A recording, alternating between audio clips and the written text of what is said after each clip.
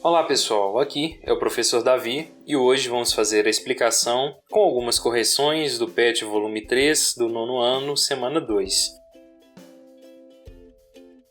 Nas últimas semanas já trabalhamos os conceitos que envolvem brincadeiras, jogos, esportes e dança de salão. Hoje vamos vivenciar e aprender um pouco mais sobre danças. Baseado no estudo da última semana, o que você saberia dizer sobre dança? Escreva em seu caderno sobre o que aprendeu, suas curiosidades e o que gostaria de vivenciar ao retorno das aulas presenciais. Dança de salão foi colocado no PET volume 2 na semana 4. Lá trabalhamos dança de salão. Dentre elas trabalhamos o bolero, samba de gafieira e o forró. Vocês podem tomar essa semana, a semana 4 do PET volume 2, como base para tentar construir essa resposta. Eu coloquei aqui uma resposta apenas como exemplo para que vocês utilizem para construir o entendimento desta questão. Eu fiz uma pesquisa e coloquei aqui então a definição de dança, que vocês podem ler e responder a primeira pergunta, o que você saberia dizer sobre dança. Eu coloquei que eu sei dizer que dança é uma das 3 principais artes cênicas da antiguidade, ao lado do teatro e da música, caracterizada pelo uso do corpo seguindo movimentos previamente estabelecidos, as coreografias, ou improvisados, as danças livres. Na maior parte dos casos, a dança, com passos ritmados ao som e compasso de música, envolve a expressão de sentimentos potenciados por ela. E na sequência, vocês deveriam colocar então sobre o que você aprendeu. E você poderia citar então o que aprendeu na semana 4 do PET volume 2, sobre o que você aprendeu no bolero, samba de gafieira ou forró, ou nas informações sobre a dança de salão. Anotar também as curiosidades que vocês tiveram, seja nesta semana, seja na semana que eu acabei de citar, ou até mesmo neste volume do PET. E o que você gostaria de vivenciar? Quais os ritmos que você gostaria de vivenciar, por exemplo? Eu coloquei aqui, eu aprendi sobre, e você deveria citar, eu fiquei curioso quanto aos tipos de dança, apenas como exemplo aqui de resposta, e eu gostaria de vivenciar danças na escola, além das já trabalhadas nos eventos festivos, como festa junina. Então, essa pergunta exige uma resposta pessoal, mas eu tentei colocar tudo o que poderia ajudar vocês a construir uma resposta. Dando sequência, vamos conhecer e praticar. O que é prática corporal? Será que consciência corporal e prática corporal têm o mesmo significado? Este texto traz a definição de consciência corporal e de prática corporal. E na sequência temos o número 2. Agora que você já sabe o significado do que é consciência e prática corporal, como você diferencia cada uma delas? Escreva em seu caderno e dê exemplos. E aí, utilizando o próprio texto, eu coloquei aqui que consciência corporal é o conhecimento do próprio corpo, como ele funciona e quais são suas limitações e condições físicas. Já as práticas corporais são fenômenos que se mostram prioritariamente ao nível corporal. É o que o indivíduo se apresenta. Aqui eu coloquei apenas de forma resumida, mas se vocês voltarem ao texto, vocês vão encontrar essas informações de forma mais abrangente. Como consciência corporal, que é a capacidade do indivíduo de conhecer seu próprio corpo, como foi o que eu citei, como ele funciona e quais são as limitações e condições, tanto internas quanto internamente. Então, consciência corporal se reside no fato de se conhecer e saber dominar também o próprio corpo. E está relacionado às práticas corporais, porque as práticas corporais são os fenômenos que se mostram prioritariamente ao nível corporal, ou seja, a nível de movimento. Para você construir e executar um movimento, você precisa ter o mínimo de consciência, de conhecimento do próprio corpo.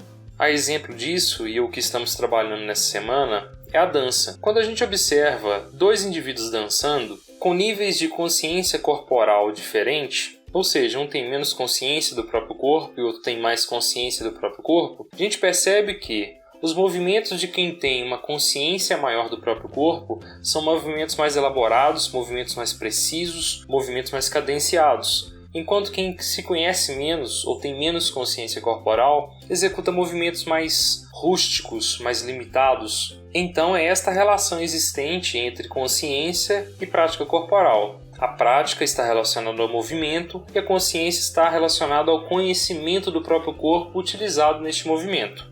E ainda acrescento o seguinte, que além da questão do movimento na prática corporal, a gente tem que elas se constituem, as práticas corporais se constituem como manifestações culturais de caráter lúdico.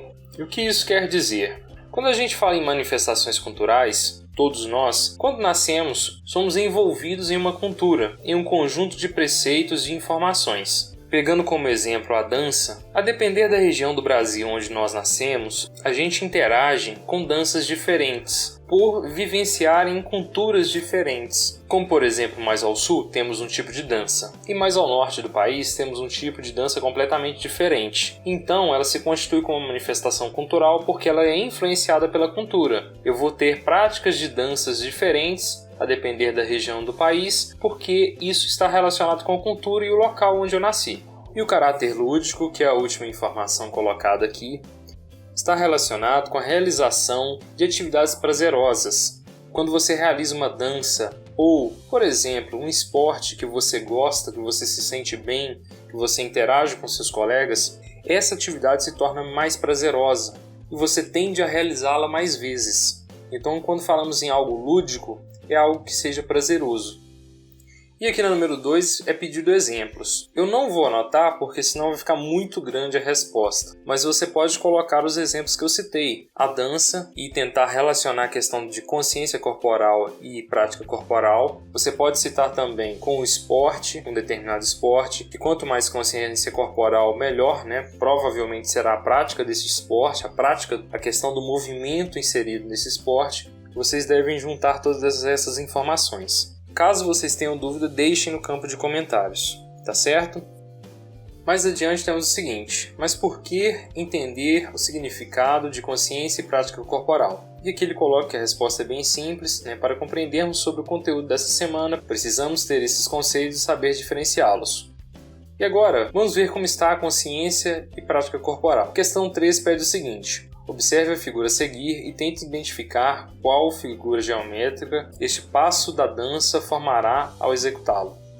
E aqui temos o passo da dança, que é a exemplo do vídeo que vocês estão vendo aí, que eu fiz questão de gravar para vocês e colocar aqui. Acredito que eu realizei de forma correta. Se eu não tiver realizado, deixem no comentário que eu fiz algo errado. Mas aqui, como está fácil de identificar, é formado um quadrado, é um retângulo, como vocês preferirem, e é uma questão muito simples.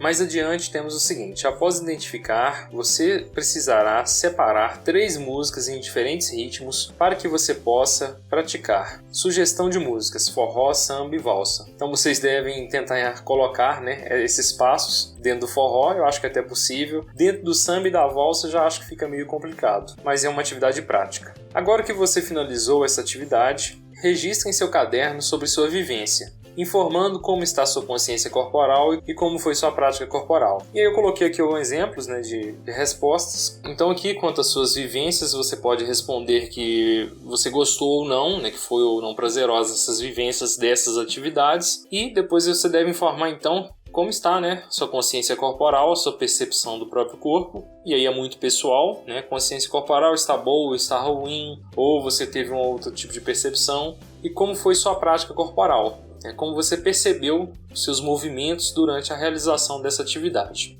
A questão número 4 pede o seguinte: pesquisa. Diálogo com seus pais e adultos. Escreva em seu caderno quais as danças de salão que já praticaram. Na possibilidade de terem vivenciado alguma dança, registre em seu caderno e aprenda alguns passos para que seja vivenciado ao retorno das aulas de educação física. Então, o primeiro passo, você deve então fazer uma pesquisa com seus pais e adultos, né, os responsáveis de sua casa, e tentar identificar as danças de salão que já praticaram.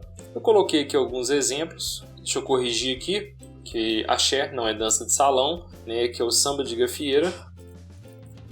Eu coloquei aqui então, né, o forró e o samba de gafieira são as respostas obtidas através de uma pesquisa que eu fiz aqui em casa, apenas como exemplo, e depois vocês devem registrar, como eu fiz aqui, no caderno de vocês, e tentar aprender então passos, no meu caso, de forró ou de samba de gafieira. E é isso que a questão número 4 pede. A última informação aqui são curiosidades, né, sobre o gasto calórico, o gasto energético das danças.